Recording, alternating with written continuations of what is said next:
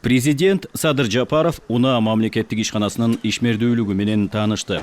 Кыргыз Республикасынын президенти Садыр Жапаров бүгүн 3 февралда УНА мамлекеттик ишканасына барды.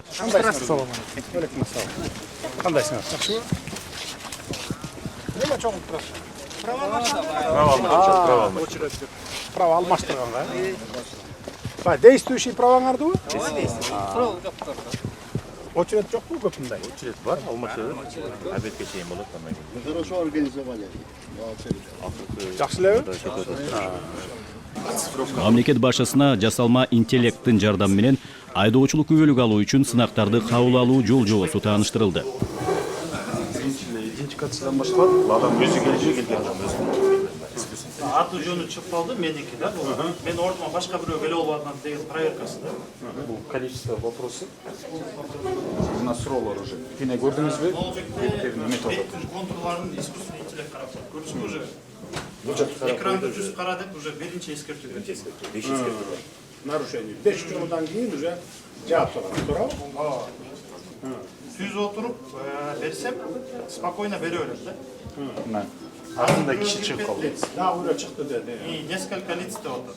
Бирөө жардам берип атат. Экинчи нарушение кетти уже. Экинчи нарушение кетти. Продолжить тест.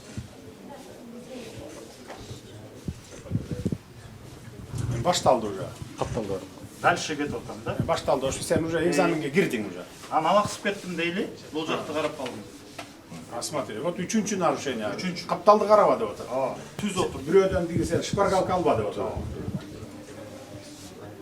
Азыр бул жерден карабай отурсаңар да. 4-чү нарушение болду. Садыр Нуркожоевич, пока тиги курсант экранды карамайынча бул ачылбайт, бул кнопка активный болбойт да. Карап тиякты тура бергендечи. Продолжить тест. Кетти. Ответ смена. Түз отурсам нормально кете берет. Болду, эми тапшырып көр кана. Эмеле правилаларды чыгар. Чыгарып жооп бере башла.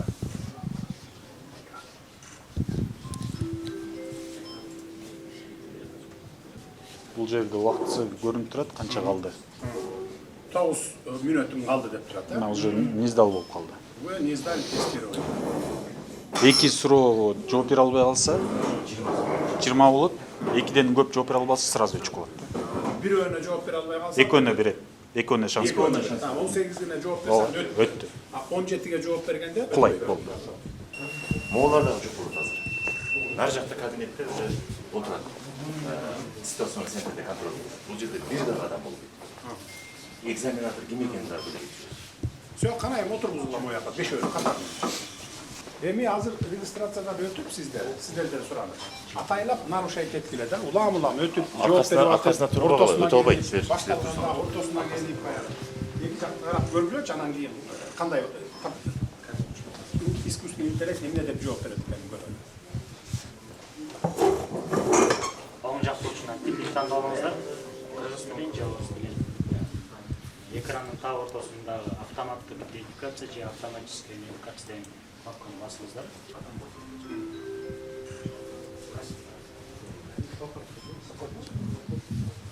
Мына мен камераны билдим. Кайра жаап койду уже. Бул жаза кайра чат. Эки жолу нарушение болуп турабы?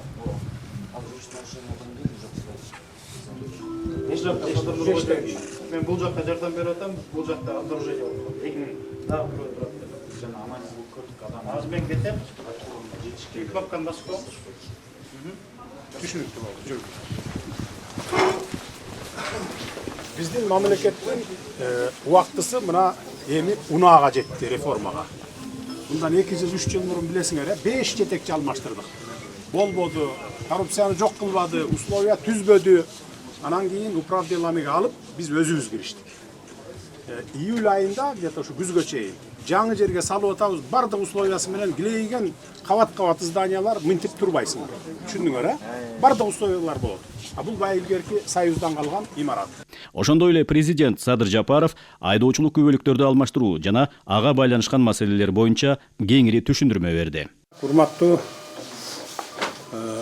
биздин мекендештер, урматтуу айдоочулук күбөлүк алам деп жүргөндөр, алгандар, жеке мектептин кожоюндары, мен сиздер менен келип бүгүн баарлашайын деп турамын. Ишти мен сөздү башынан баштасам, анда мына мен келгениме, президент болуп келгениме 5 жылдан аз ашты, билесиздер. Ушул аралыкта биз бүткүл өлкө боюнча реформа жүргүздүк. Баш мыйзамды алмаштырдык, башкаруу системасынын вертикалын түздүк, президенттик шайлоо өткөрдүк, парламенттик шайлоо өткөрдүк, чоң маселелерди чечтик, маселен кумтөрдү алдык дегендей, чек ара маселесин чечтик, темир жол салып атабыз, түндүк түштүктү бириктиребиз деп. Кытай, Кыргызстан, Өзбекстан темир жолу башталды. Муну кылым долбоору десек болот. Камбарата бир кесим баштадык. Бу да кылым долбоору жана башка ушул сыяктуу көп иштерди жасадык. Криминалды жок кылдык түп тамыры менен, билесиздер аны. Коррупция менен күрөшүп атабыз. Болушунча, колдон келишинче азайттык. Бирок дагы деле коррупция токтой элек. Бу коррупцияны жок кылыш өтө кыйын экен. Криминал менен күрөш тез эле экен. Bir ayda жок кылып койсо болот экен. Коррупция менен күрөш 10 жылда дагы, 50 жылда дагы жок болчудай эмес экен да. Менин көзүм жетти ошого. Бардык тармактарда күрөшүп атабыз коррупция менен. Биз жогорку жактагы коррупцияларды баягы жакындыктанбы, же көз алдыбыздан тургандыктанбы жок кылдык десек болот. Мисалы Ак үйдө, Көк үйдө, анан баягы министрликтерде дегендей. Бирок ылдый жак райондо, мэрияларда, айыл өкмөттөрдө дагы деле болуп атат. Дагы деле болуп атат. Кайдыгерлик бар, коррупция бар, уурулук бар. Элди тейлөөдө кичине мындай бир кашаңдык бар. Убагында кабыл албайт, убагында чечимдерди тез кабыл алып, элдин турмушуна керектүү нерселерди тез аткарбайт. Муну моюнга алабыз. Бирок баары бир аларга чейин жетебиз, айыл өкмөттөргө чейин. Эми эң негизгиси ушул иштерибизден УНА системасына мына бүгүн толук кандуу кириштик. Буга чейин өзүңүздөр билесиздер, 5-6 жетекчи алмаштырдык. 1-2 жыл мурун, 3 жыл мурун бирөөсү камалды, билесиңер, ушу УНАда схема түзүп алып, баягы айдоочулук күбөлүктөрдү сатып, $1000 чейин чыгып кеткен. Азыр $2000 сунуштап аткандар да бар. Бере сал, тезирээк ала коеюн, мен анан Москвага кетип аттым эле деген сыяктуулар. Ошондуктан эми азыр УНАга кезек келди. УНА мурда ар кайсы мекемелерге тиешелүү болуп жүргөн.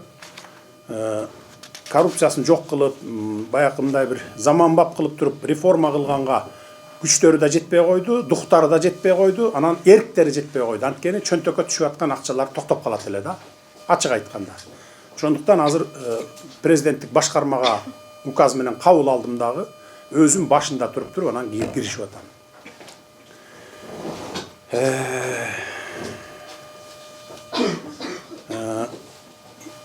Эмне үчүн дегенде, мисалы мына эски айдоочулук күбөлүктөр. Эски айдоочулук буга чейинки мына 25-жылга чейинки 5 түрү чыгыптыр мынакей. 4 түрү чыгыптыр, 4 түрү. Тигил ID паспорт экен. Мону любой жерде жасап алса болот. Подделка кылса.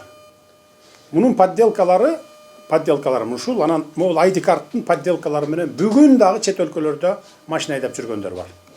Могул ID картты Москвада кошун өлкөлөр, чет өлкөлөрдүн жарандары колдонуп жүрөт бүгүн дагы. Суроо бүтө электер.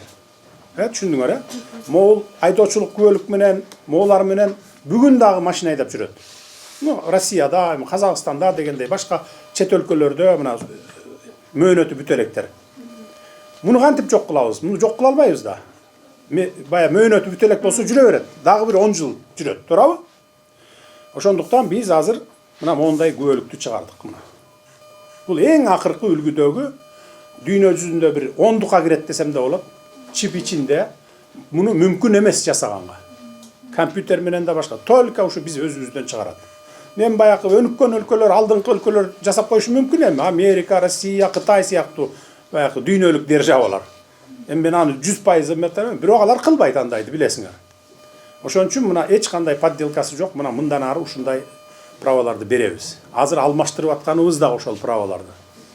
Эскилерин бүт барын ушу эски права менен эски ID картты барын алмаштырып бүтөбүз. Быйыл жылдын аягына чейин бүтөбүзбү? Эмдиги жылы бүтөбүзбү же аркы жылы бүтөбүзбү? Бардыгын бүткөндөн кийин Моунун бардыгын биз жокко чыгарабыз. Могу тех паспорттарды дагы мынакей жасалма. Бардыгын жокко чыгарабыз. Ошондо мына могу гана калат. Баякы могул эски айдоочулук күбөлүктөр менен айдап жүргөн чет өлкөдө, Америкада болобу, Европада, Россия, Казакстанда, кошун өлкөлөрдө болобу, бардыгы жокко чыгат да. Срогу бүтө элек болсо дагы жокко чыгат. Мына ушинтип биз тазаланалы деп атабыз. Түшүндүңүздөр, Паспорт мына, илгерки паспортубуз. Бир да бир кыйраткан жеринде бир защитный элементтери толук эмес болчу да. Муну эгерде мен кааласам, мен деле жасап алсам болот эле да. Жасалма паспорттарды билесиңер, террористтердин колунда жүргөн, башка өлкөлөрдөн келген мусулман динин кармангандар ушул паспорттарды сатып алып, жасалма паспорттарды ажылыкка барып келип аткандар бар да, Кыргызстандын атынан. Бүгүн дагы бар ушул паспорттар менен барып келип аткандар. Бүгүн дагы мына. Не кылыш керек эле? Биз мына өзүбүз мондай паспортты чыгара баштадык. Муну да жасаганга мүмкүн эмес. Бу да бир дүйнө жүзүндө 10 өлкөлөрдүн 10-дугуна кирген паспорт мына. 10-дуга кирет. Муну эч ким азыр жасай албайт. Муну жасайм дегендер адамдар. Анткени баякы корголуучу элементтери абдан көп мунун. Канча бир 12 элемент кошулду окшойт да мурункуга караганда. 18 элемент кошулду мына. Коштук мына. Жасоого мүмкүн эмес дегенге. Мына азыр ушул паспортту уже дүйнө жүзү бизде признавать этип, бардык өлкөлөр эң туура деп 10-дуга кирет деп. Мисалы 10-дуга кимдики кирет? Америка кирет, Россия, Кытай, Европа өлкөлөрү менен мына биз дагы кирдик могу менен. Түшүндүңүздөр, Тех паспорттар дагы мынакей. Мурда монтип мондай болчу. Муну деле любой жерден жасап алса болот эле. Компьютерден эле чыгарып жасап алсаң, анан сыртына диге жана подвалдар бар го, метролордо же бизде деле жанакы подземка ошолордон сыртына чаптатып алсаң болот эле. Эми тех паспорт мынакей. Кеп-кичинекей, жөн эле кадимкидей эң ыңгайлуу. Муну да жасоого мүмкүн эмес.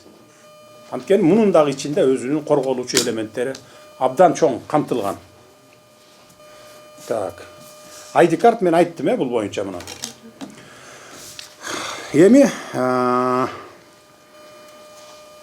мындан ары ошол мен айткандай метролордо сатпайт. Мурда метролордо сатып жүрчү. Бар-бараңар да ошого күбө болгондор Москвада. $5000 ID карт сатчу, мындай ID карттарды $5000. Праваларды канча бир 1000ге чейин сатчу. 1000ге чейин ушу Москвада сатчу. Азыр да ошол правалар бар. Мына мен өзүм 9 ай 2016-дан 2017-жылга чейин 25 мартта 2017-жылга келип камалганга чейин мен 9 ай Москвада жүрдүм. 9 ай. Мен өз көзүм менен мына ушуларды көрдүм. Сатып алып жүргөндөрүн. Айрыкча көбүнчө кошун өлкөлөрдүн, башка өлкөлөрдүн жарандары сатып алышчу. Ошолорго жасап сатчу да. Азыр эми бардыгын бекер алмаштырып берип атабыз мына. Могул эски правалары барларды азыр мына өзүңүздөр деле күбө болуп атасыздар, очередте турат го, бекер бир тыйын төлөбөй алмаштырып берип атабыз. Эмне үчүн дегенде мамлекеттин эсебинен. Эмне үчүн дегенде биз мындан ары бу эскилерин жок кылгандан кийин мындан ары Кыргызстанда жасалма паспорт чыгат. Анан Кыргызстанда ушундай документтерди берүүдө, праваны болобу, тех паспортту болобу, паспорттарды берүүдө болобу, коррупция жок деген өлкөгө айланышыбыз керек. Дүйнө жүзү бизде ошентип тааныш керек. Түшүндүңүздөр, Ошондой өлкөдө жашагыңыздар келеби? Албетте. Келет, албетте. Жакшы экен анда та.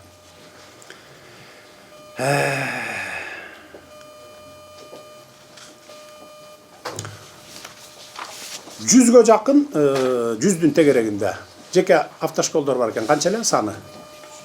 200гө? 275. 275. О, мына көрдүңөр, мен 100 деп жүрүпмүн. 275 жеке автомобилдердин окуткан. Мына жеке школдор. Силер жекелерден окуп келдиңер да барыңар, 2,5 ай окудуңарбы? Б категориясын алыш үчүн, жеке жактардан 275 мектеп бар экен. Жакшы окутпайт, билебиз аны. Эгерде адам өзү ниет кылып жакшы окугандар болсо, араңардан бир эле жолу, же болбосо 3-4 жолу келип тапшырып өтүп алып атасыңар. 20 жол өтпөй дагы отургандар бар мына. 20 жол, билесиңерби, барбы ошондой тааныштарыңар? 20 жолу айтчы, барбы сен таанышың? 20 жолу келип 21-чи жолкуга кетти кайра мынакей. Эгерде мурунку заман болгондо жеке школдун немелери акча алып туруп акырын баягы адам фактор аралашып коррупция. Аны өткөрбөймек. 5-6 жолдан кийин эле өтмөк да. Азыр мына көрдүңөр бүгүн искусственный интеллект кирип, ошондуктан мүмкүн эмес азыр мурункудай. Эми биз муну эмне үчүн кылып атабыз? Анткени биз деген бир күн менен, бир жыл менен, 5-10 жыл менен жашабашыбыз керек да. Биз түбөлүктүү түзүп кетишибиз керек. Биздин келечек муун, бала чакаларыбыз, небере чөбөрө, кыбыра, томпок, тоңкок жакка чейин мыйзамдуу, коопсуз, адилеттүү, анан кийин калыс өлкөдө жашаш керек. Туура айтамбы? Биз ушул жерде отургандар түбөлүк эмеспиз, мамлекет түбөлүк калат, а биздин ден кийинки поколение дагы түбөлүк болот. Мына биздин жасап аткан ишибиз ошолор үчүн. Так, эми анда жеке мектептердин ошол немелерине, санына токтоло кетейин. Мен 100дөн ашык деп алдымын, 275 мектеп бар экен. Жеке мектептерде, мисалы В категориясы үчүн окуу мөөнөтү 2,5 ай, окуу акысы 20 000 сомдон төлөдүңөр, төлөп атасыңар. Айдоо сабактары деп 18 000 сом, бардыгы болуп 38 000 сом төлөп атасыңар. Б-С категориясы, бул эми жеңил машина менен грузовой машинаны айдаш үчүн. Окуу мөөнөтү 3,5 ай, окуу акысы 30 000, айдоо сабактарына 18 000, анан бардыгы болуп 48 000 сом төлөп атасыңар. Анан жеке мектептерде подключ деген дагы варианты бар экен. Да. Ну эми бул баарыбызга деле жашыруун эмес. Бардык этаптарды бүтүрүп, колуна айдоочулук күбөлүк берүү менен 65 000 сомдон 70 000 сомдон $1000 чейин алып, анан күбөлүк берген мектептер бар мына. Ушу 275 мектептин арасында. Ушуга чейин ошол күбөлүк сатылып келген фактыларды мына мисал менен келтирип айта кетейин да. Мисалы мына 2015 жылдан бери эле алсак, жеке мектептерден окуп, экзамен өткөндөрдүн почти 100% болгон экзаменден өтүп кеткендер. Ну 2015 жыл, 19 жылга чейин да, почти 100%, эми 90-95% да, эми тагыраак айтсам. Бир 5-10% эле өтпөй калып жүргөн, анткени алар акча берчү эмес. Бери алчу эмес, же болбосо бергиси келчү эмес дегендей да, Мына мен силерге цифраларды келтирейин. Ал эми 2021 жылы болсо, биз системаны колго алып, 5-6 жетекчи алмаштырдым деп атпаймынбы? Бирөө камалып да кетти, аны барыңар билесиң. Коррупция менен күрөшө баштаганыбыздан баштап, мына бул көрсөткүч дароо түшкөн да. Мисалы мына экзаменден өткөндөрдүн саны 28% жетип калган. А өтпөгөндөр 72% өткөн эмес мына, пайызы. Эгер 500 000 жаран теориялык экзаменге кирген болсо, азыркы бүгүнкүдөй, өткөн адамдар 139 000 гана адам өткөн, өтпөгөндөр 361 000 адам болгон. Эми бул 21 жылдары дагы мурдакы жылдарга караганда коррупция токтой элек болчу, жаңыдан күрөшө баштаган кез болчу, ошол үчүн 139 000 киши экзаменден өтүп кеткен. Арасында обязательно баягы албетте күбөлүктү сатып алгандар да болгон, өткөндөрдүн арасында албетте болгон, эми адам фактору аралашып, акча берип анан өтүшкөн. 2022 жылы мындан да ылдыйлаган 595 000 жаран теориялык экзаменге кирген. 595 000, 600 000 мына, жарым миллиондон ашып атат. Өткөндөрү 18%, өтпөгөндөр 82%. Мына улам күчөткөн сайын, улам кыскан сайын мындай тарбияга чакырган сайын, тартипке чакырган сайын, коррупцияны жок кылган сайын мына улам төмөндөп отурат. 2023 жылда алсак, 600 000 жаран экзаменге кирген, теориялык экзаменге. Өткөндөрдүн саны 12%га түшүп калган. Мурда 18 12%га. Өтпөгөндөр 88% болгонуна болду. Бул 23 жыл. 600 адамдан өткөндөр ошо 72 000 адам өтүптүр. Өтпөгөндөр 528 000 адам өткөн жок мына. Окубай эле, эптеп эле барып чалабыла 2,5 айымды, 3,5 айымды өткөрөм дагы анан барып туруп акча менен алам дегендер да окубай болгондор да мындай. Жеке мектептерге эмне керек? Жеке мектептерге акча болсо болду. Жарым миллиондон ашык адам өткөн эмес. Күбөлүктөрдү сатып алгандардын кесепетинин жыйынтыгы эмне болуп жатканын мен сиздерге цифралар менен айта кетейин эми. Акыркы 10 жылда 75 000 автокырсык катталган экен. 75 000. 9120 адам каза болуптур. Жылына 1000ден адам каза болуп атат мынакей. 113.260 адам ар кандай жаракаттарды алышкан. Мына анын жарымы инвалид болуп калган. Ал инвалидтерге инвалидность берип, мына мамлекет багып жатабыз мына. Пособие берип. 2025 жылы 724 миң жаран айдоочулук куәлүгү алуу үчүн экзаменге кирген экен. Почти 1 миллион адамга жакындап калды да кирип атканы. Анын ичинен өткөндөр 100 эле миң мына. 624 миң адам өткөн жок мына. Анан кантип ушу жеке мектептердин немеси болот, эмгеги, окуттук анан чокуттук анан укмуш кылып ийдик дегенде. Өткөндөр 14 эле пайызды түзгөн, өтпөгөндөр 86% түзүп калды.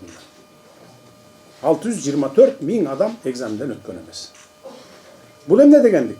Жеке мектептер баягы жакшы окутпай эле, окуду деген справканын В категориясын 38 миң сомдон, ал эми Б, С категориясын 48 миң сомдон сатып коюп эле, пачкалап эле баягы окуучуларды чыгарып атат деген сөз. Эгер ушундай эле жол менен кете берсек, мындан ары деле өтпөгөндөрдүн саны дагы деле өсө берет. Ошондуктан бүгүндөн баштап биз мына экзаменди искусственный интеллект ала турган кылып мына киргиздик. Азыр эми кире электериңер болсо өзүңүздөр кирип көрөсүздөр, байкайсыздар. Адам фактары аралашпайт, праваны мындан ары сатып алам деген бир дагы мейли жеке мектепте окуйсуңбу, мейли мамлекеттик мектепте окуйсуңбу, сатып алам деген болбойт. 35 мына мен азыр өзүм көрүп чыктым, 35 кишини бир киргизип туруп эле убакытты басып туруп анан кийин искусственный интеллект менен отуруп, ал даже адам анын ичине кирбейт, баягыдай немелер инструкторлор жүрмөй жок, микрофондон айтып турат. Башталды, убакытың кетти мына деп туруп, анан бүткөндө бүттү дейт, болду.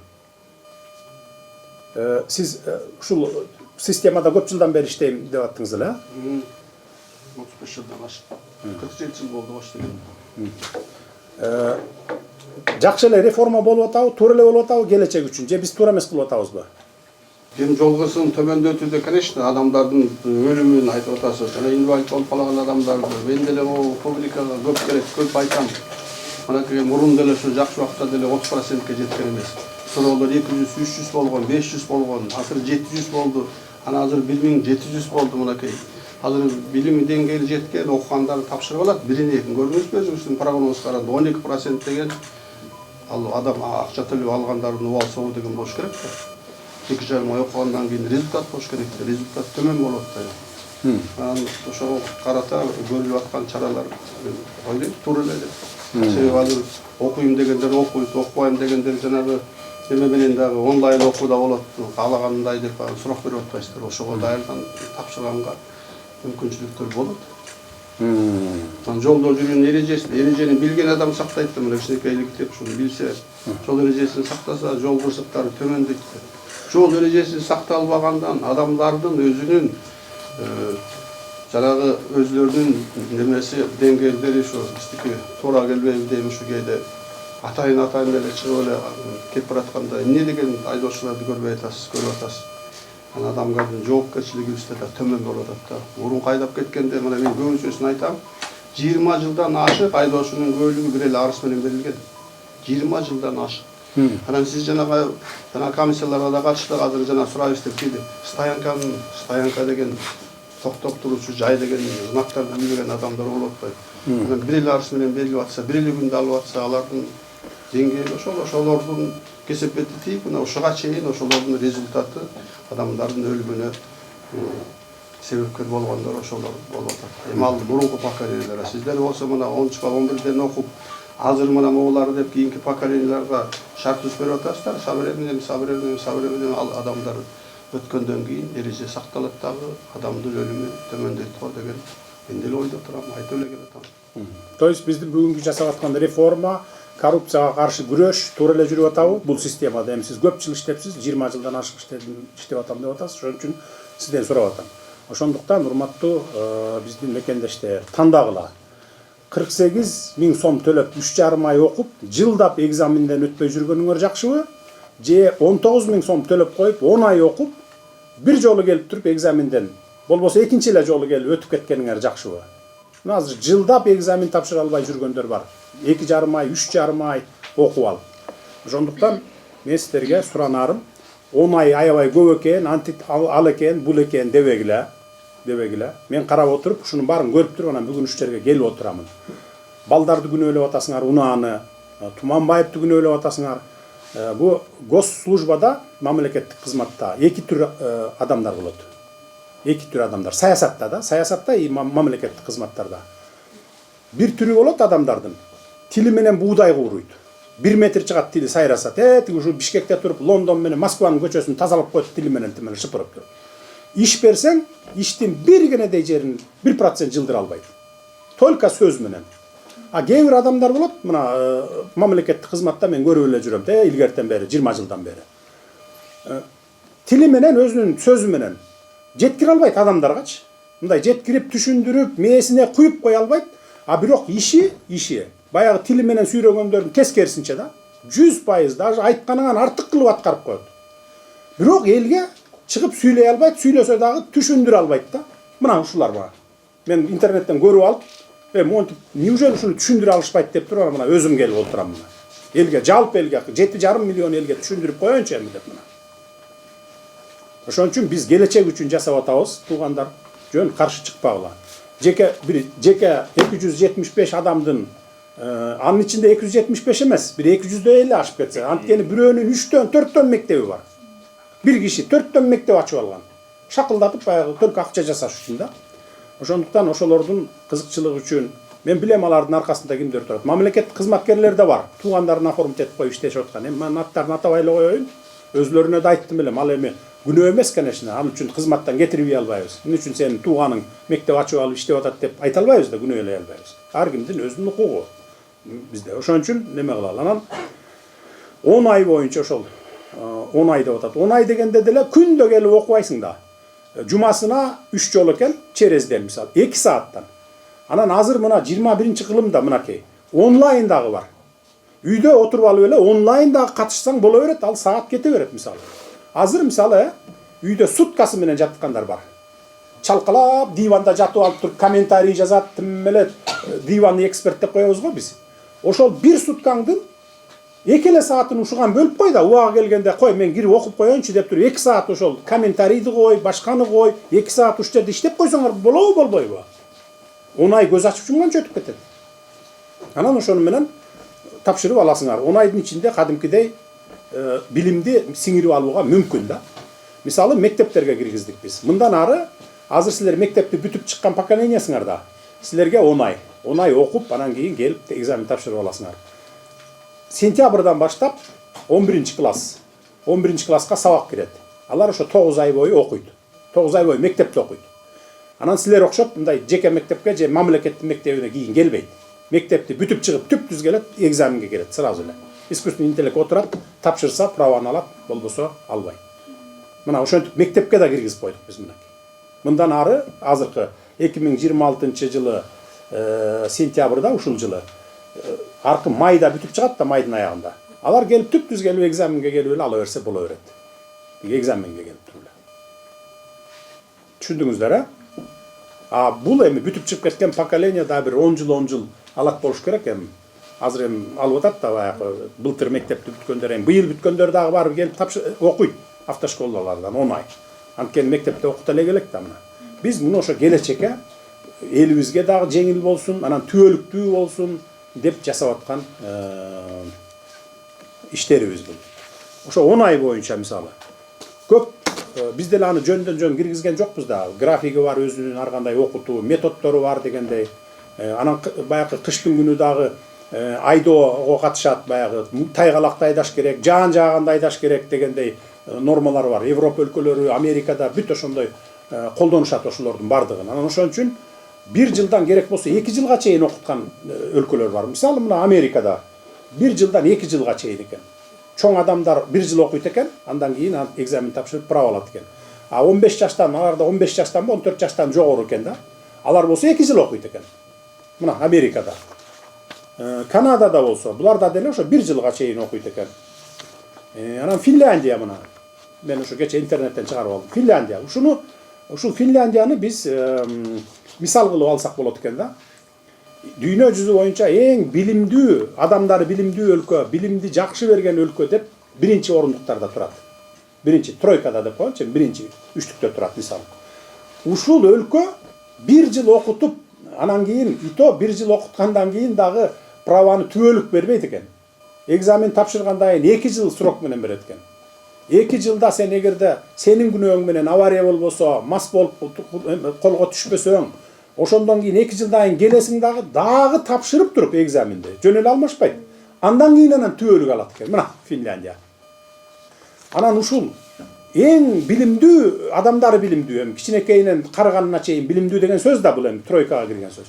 Ушул мамлекет 1 жыл окутуп аткандан кийин анан биз болсок бир 150-100 орунда турабыз да, баягы билимдүүлүк жагынан, элдин билимдүүлүгү баягы неме жагынан.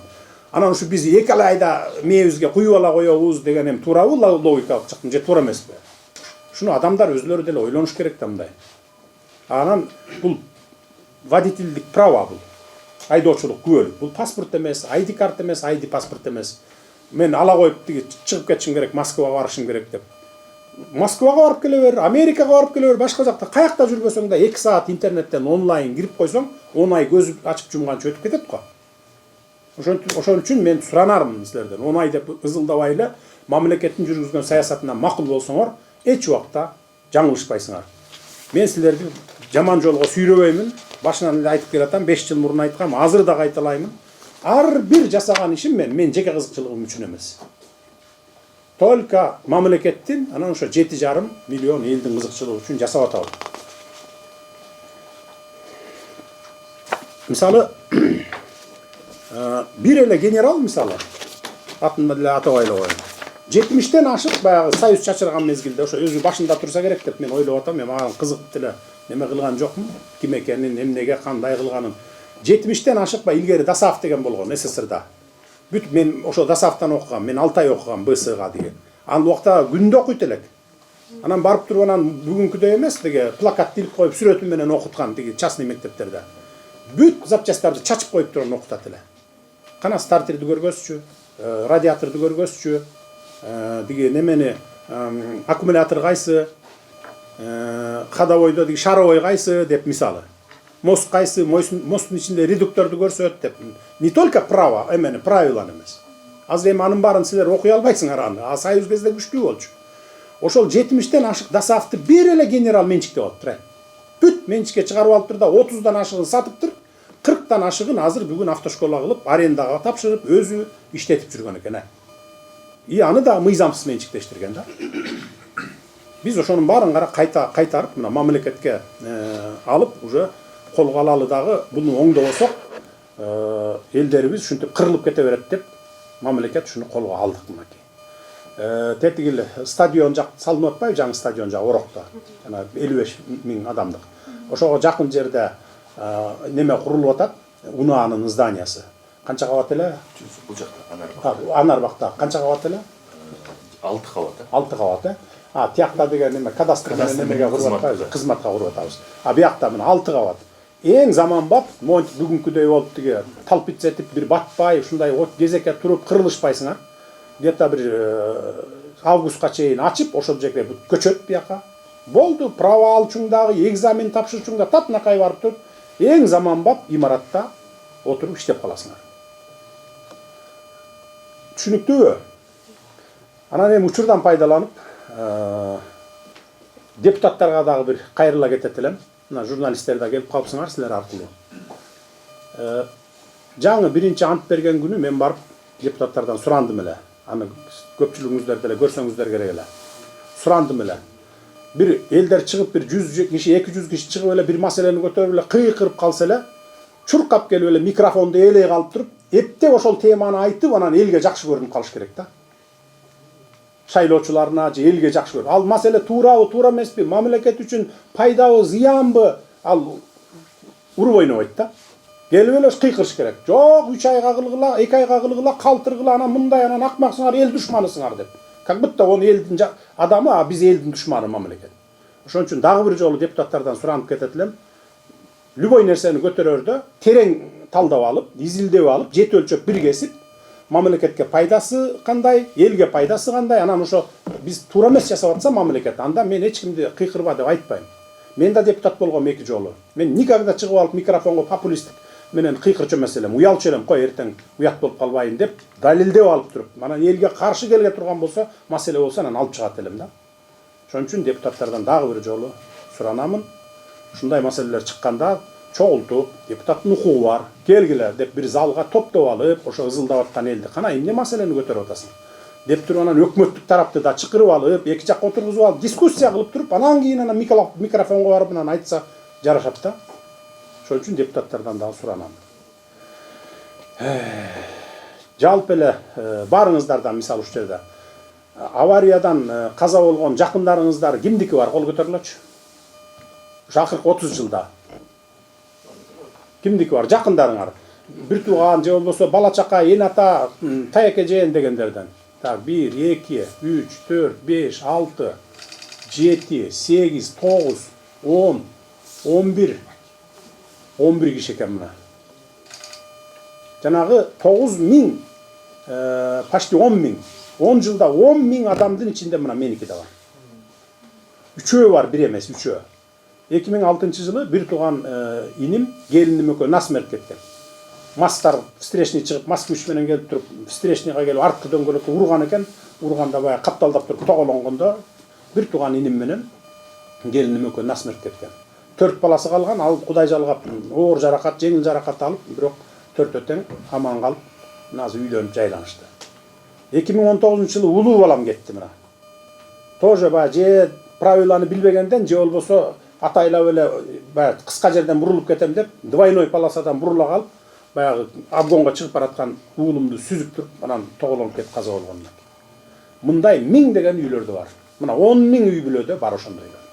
Мына бул жерде азыр 11 киши экенбиз, 12 киши экенбиз менин менен. Ошон үчүн ушундайларды кылбас үчүн жакшылап окугула, 10 ай көз ачып жумганча өтөт.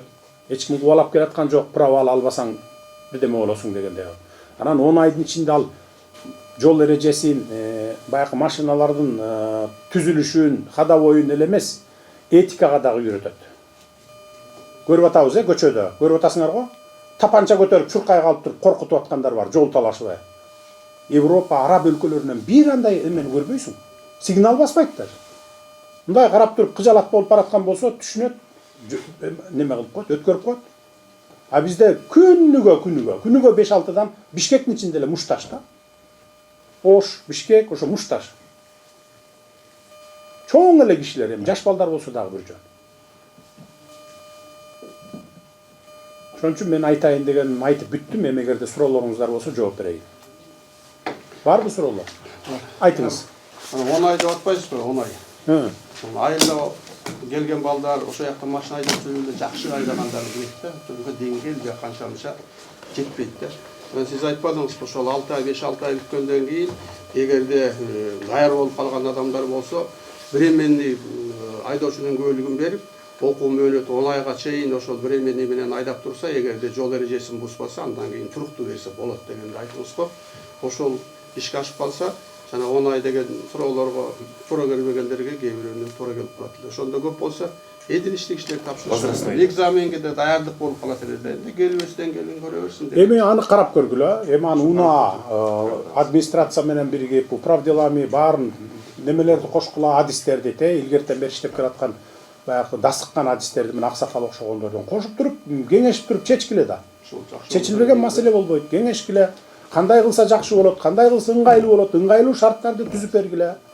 Пожалуйста, нет проблем. Азыркы шарт урматтуулар өтө ыңгайлуу. Эң негизгиси читап окуп коюш керек, анан кийин билим менен ошол государственный алышат. Эң ыңгайлуу азыркы шарт. Барбы дагы суроо башкалардан? Айт. 10 айлык окуунун акысын атап кеттиңиз го, 9.000 деп, анан биз практикага чыкканда канча төлөп калабыз? Практикага чыкканда бензиниңерди өзүңөр куясыңар, болду, ошонун акчасын эле өзүңөр. Ары бери айдаган бензиниңердин эле акчасын. Анда жакшы болот. 10 ай окуганда биз кайсы категорияны алабыз? Только Б-ны? Б-сы экөөнү тең. Экөөнү тең экзамен тапшырасыз, экөөнү тең аласыз. 10 ай ошо 2 категорияга окутуп атпайбы? 19.000 сом алып атат. А силер азыр 3,5 ай окуп 48.000 төлөп атасыңар, 1 жыл экзамен тапшыра албай жүрөсүңөр. Мына 20 жолу тапшырган бала ошо 1 жыл болду тапшыра албай жүргөнү. Балким 2 жыл жүрөт дагы тапшыра албай. Ошон үчүн 10 айдын ичинде ошо Б-сы категориясына окуйсуңар, 19.000 төлөйсүңөр. А вождениеге грузовой айдасаңар, өзүңөр куясыңар, легковойго өзүңөр. Эми биз мамлекеттен бербейбиз да. Ал силердин 19 миң төлөгөнүңөр дагы ал ошол силердин 10 ай окутканга жетпейт. Бирок биз мамлекет дотация берели деп атабыз. Ал 19 миң сом мына аксакалдар окшогон мугалимдерге кетет. Окутуп аткандарга кетет бул жерден. Ошолордун баарынын эмгек акысы да силер төлөгөн. Биз эми мамлекет колго алып жасап аткандан кийин бул келечек үчүн жасап атабыз. Дагы бир жолу кайталаймын. Мамлекет жестко көзөмөлгө алабыз. Ар бир праваны экзамен тапшырып алган адам билими менен денини сак, анан баягы трезво айдагандай кылышыбыз керек. Антпесек монтип мына бир залда отурган жерде 30 киши отурса, 11 киши, 12 кишинин тууганы өлүп атса, анан бул улана берет да. Улана берет да. Дагы бир нерсени айтайын. Ошол 2 жыл мурун болуш керек.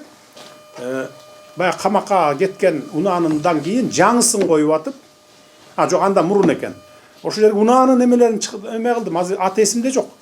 Кол көтөрүлөчү, кимиңердин ушул жерде тууганыңар каза болду эле, жакын эми деген немегер дедим да. Бир тууганыңар таяке жээн, кайын журттан десем, бирөөсү кол көтөрдү, инспектор ушул жерден. Кайсы жылы каза болду эле десем, баланчанчы жылы. Не болуп десем, бирөө келип, управлять эте албай келип, кайнэжемди тебелеп кеткен, бир тууган кайнэжем дейт. Праваны сен бердиң белең, сен ооба биз бергенбиз дейт мына. Саткан да жөнгө берген эмес да мына. Көрдүңбү? Бүгүнкү ошон үчүн частный мектептердеги праваны сатып аткандар, бул жердеги унаадагы буга чейин сатып келгендер. Кантип гарантия берет, что ушул буга чейин сатып алгандар бир 5-10 жылдан кийин алардын жакынын тебелеп кетпейт деп. Же болбосо туура эмес жерде барып сүзүп өлтүрүп албайт деп эч ким кепилдик бере албайт. Туурабы?